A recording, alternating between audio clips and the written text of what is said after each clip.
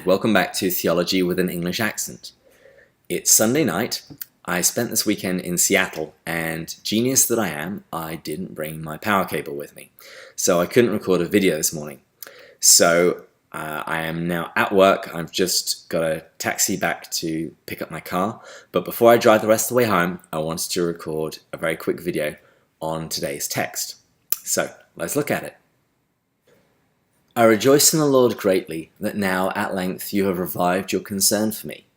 You were indeed concerned for me, but you had no opportunity. Not that I complain of want, for I have learned in whatever state I am to be content. I know how to be abased, and I know how to abound.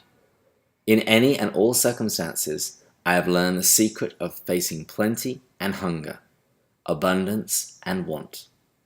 I can do all things through him who strengthens me. So in this passage, Paul is teaching us the secret to contentment, self-sufficiency. The Greek word for it is autarkes. Now, in first century pagan culture, autarkes was the pinnacle of Stoic ethics. Now, the Stoics were philosophers, but really they were much more akin to a religion.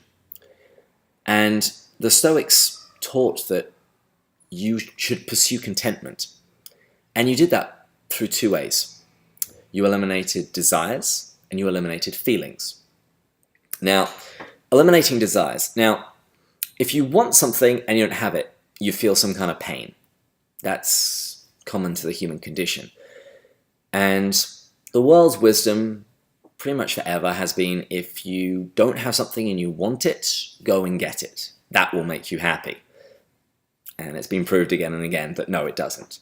You just move the goalpost. It's now something else you want. So the Stoics had a little bit more wisdom than the rest of the world and said, no, rather than trying to constantly pursue all of the things that you want, have fewer desires and you will be happier. And there's some good bit of wisdom to that. It's sort of similar to the same idea in Buddhism, that if you can eliminate your wants, then you'll eliminate your pain. But the Stoics also wanted to eliminate feelings. So in Stoicism, the goal was just to be unaffected by everything. So if something good happens, meh. Something bad happens, meh. But it then reached the point when, a family member could suffer and die, and the goal of Stoicism was to say, I don't care. Basically gouging your own heart out and then calling that peace. It was a bit strange.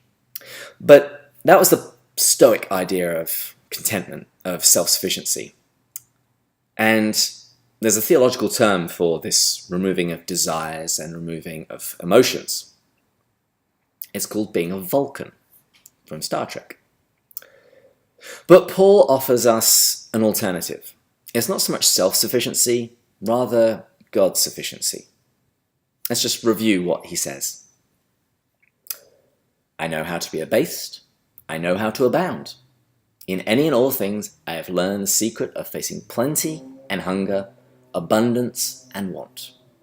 I can do all things in him who strengthens me. So Paul's solution to it was very simple. It wasn't about eliminating all desires. It wasn't about eliminating all feelings. I mean, it's just not very psychologically healthy. But Paul, for him, the solution was easy. It was just dependence on God. Because of Jesus Christ, Paul knew all things could be achieved, that all things would be well. As Julian Norwich would say, all things will be well, all things will be well, and all manner of things will be well. So, we're a bit late on Sunday, but I'll just end with a point to ponder. Do you have Paul's attitude? When facing wants, needs, desires, troubles, can you say, I can do all things through him who strengthens me? Can you face, abundance and famine with that same mindset? Or do you try another route? Do you take the parts of the Stoic? Do you just try and not care about anything or anyone in an attempt to not feel pain and not feel need? Or do you say, I can do all things through him who strengthens me? In the next session, we will look a little bit further on and read about Paul's words concerning the gift sent to him by the Philippians. But until then, in the words of Venerable Archbishop Fulton Sheen, God love you.